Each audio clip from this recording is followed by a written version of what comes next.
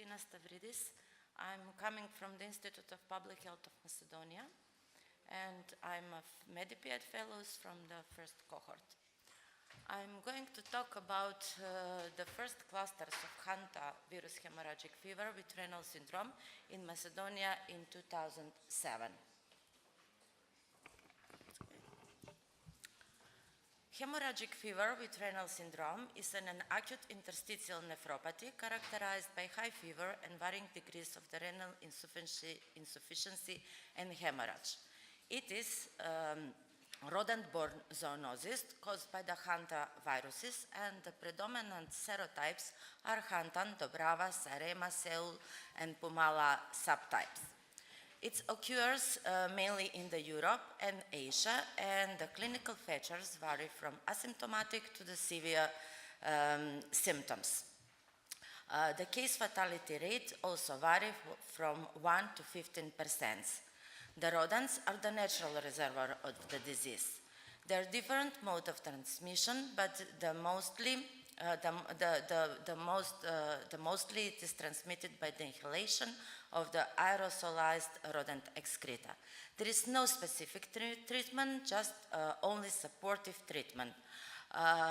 In the Europe, more than 9,000 cases are reported annually, and there is the increasing trend of the laboratory confirmed cases in Europe this year. How is the situation in Macedonia? Hemorrhagic fever with renal syndrome is a notifiable disease since 2014. Since that time, we had 2 cases, one in 2009 and the second one in 2016. But from April to August, we had 14 reported cases. The objective of our study was to describe the case detection, laboratory confirmation, epidemiological investigation in order to identify risk groups and provide control measures for preventing infections in the future. We did descriptive study, and we defined the case according to the national case definition. We described cases by person, time, and place. We did field investigation of the environment and of the hygiene sanitary condition. Also, we used for case finding passive and active surveillance. For data collection, we used face-to-face interviews of cases and close contacts. Via structured questionnaire, we interviewed them on a demographic data, clinical findings, hospitalization, laboratory confirmation, epidemiological exposures, treatment, and actually about the hemodialysis. And also we collect data from the medical records of the hospitalized cases. For the laboratory testing, we took blood samples, and for the detection, we used immunofluorescent test. For the confirmation, we used ELISA testing and immunoblood test for subtyping. How it started? On this graph, you can see the 2 clusters. The first cluster is with 3 cases. The second cluster occurred almost after 2 months with 6 clusters. Another 5 clusters are sporadic, and also in this period. About the geographic distribution, they are distributed in 6 different geographic regions. And most of the cases, actually 12 of them, are rural, from rural area, just 2 of them from urban area. How it started? The first cluster of 3 cases, the first case had a onset of symptoms on 26th of March 2017, and it was notified in the beginning of the April. All the cases in the cluster were shepherds in the same sheepfold in the Veles region. All of them were males with mean age of 36 years plus minus 11. All of them had contacts with rodent excreta. They were hospitalized in the clinic for infectious disease, and just one of them, because of the severe symptom, was on hemodialysis and needed intensive care. All 3 cases were positive on hantavirus, but in that period we didn't have reagents for the confirmation. We just have immunofluorescent test, and we detected the case, but for the confirmation we sent the samples to the Institute of Public Health in Kosovo, where they confirmed with ELISA test.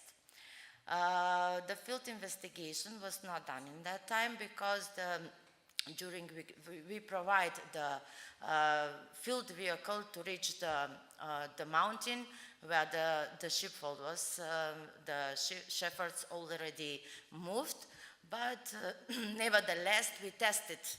We found 2 contacts and tested them negative. Sorry.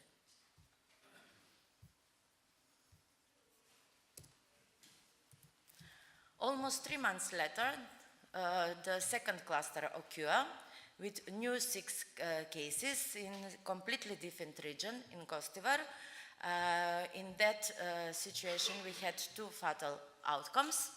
5 of them were shepherds, and 1 lives in the same village, Simnica, near to Gostivar, where the other shepherds live. All of them were male. Main age was 35 years, plus minus 12. All of them had contacts with rodent excreta. They were hospitalized in the clinic for infectious disease, and 2 of them were on hemodialysis. But in that time, we was already equipped with reagents, and we confirmed with ELISA in our Institute of Public Health, but also in the Institute of Public Health in Kosovo. In that case, the Brava subtype was confirmed in the Institute of Public Health in Albania. We found 5 contacts, and we tested negative, and during the field investigation on the sheepfold, we found very, very bad conditions, and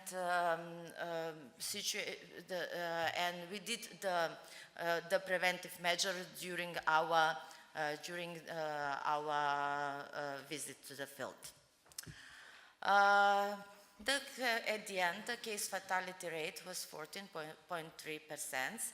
The mean age was 35 years, 13 of them were male, and 10 of them are shepherds. The most affected age group was 20 to 29 years. And all of cases were hospitalized. 6 of them needed hemodialysis.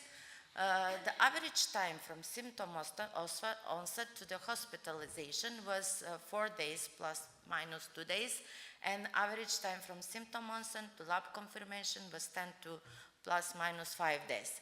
All cases were confirmed by ELISA, but in different laboratories in Albania, in Macedonia, in Kosovo, and also we had 2 cases which were confirmed in Germany because they were hospitalized in the clinic of nephrology, and they didn't know that we can provide the samples to nearest laboratories, so they sent them in Germany. And the fatal cases were confirmed after the death. So, despite taking preventive measures after the first registered cluster, 3 months later the second cluster emerged. The 6 different regions were affected. Majority of the cases were among shepherds. All except 1 were males, and due to insufficient laboratory capacities, we need to confirm them in other laboratories. We had several limitations. First of all, missed cases due to possible underreporting or underdetecting cases. We had lack of laboratory capacity to conduct case confirmation. No rodents were tested for hantaviruses, and we have no adequate logistic for hard-to-reach mountains at the beginning of the investigation.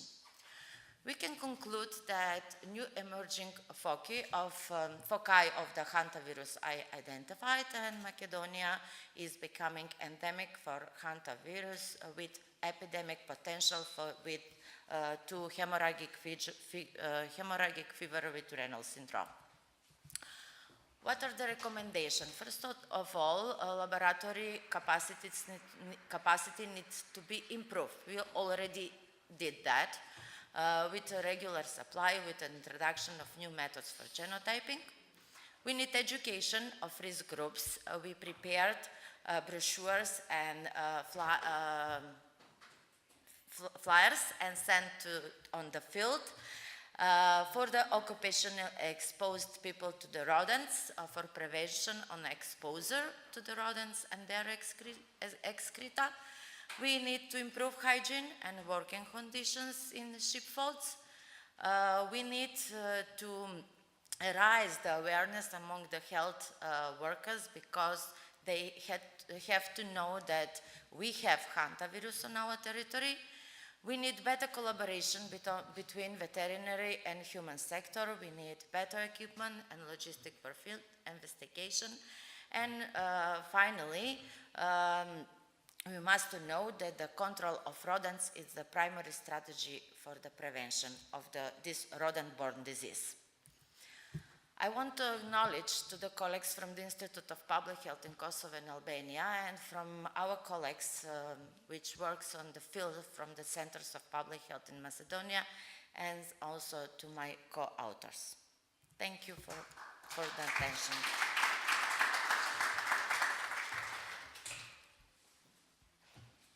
Thank you very much. Do we have any questions?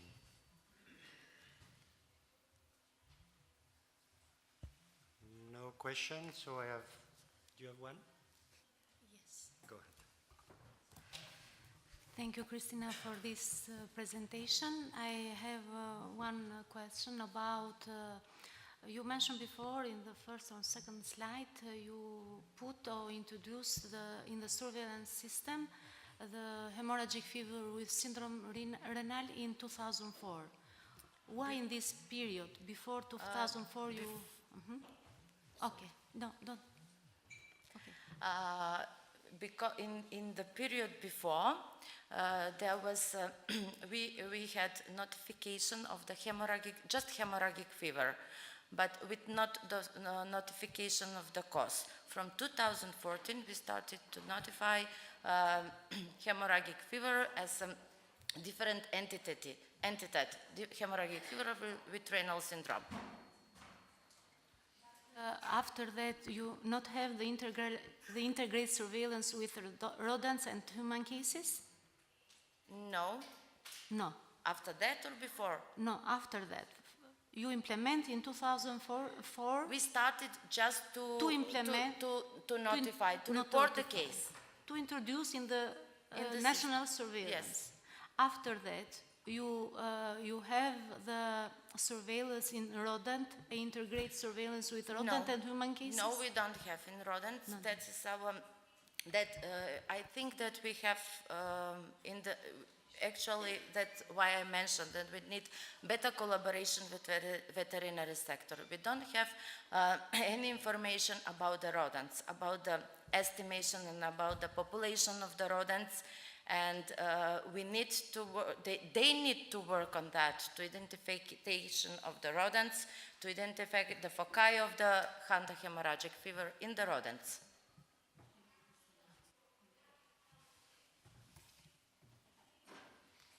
Thank you very much.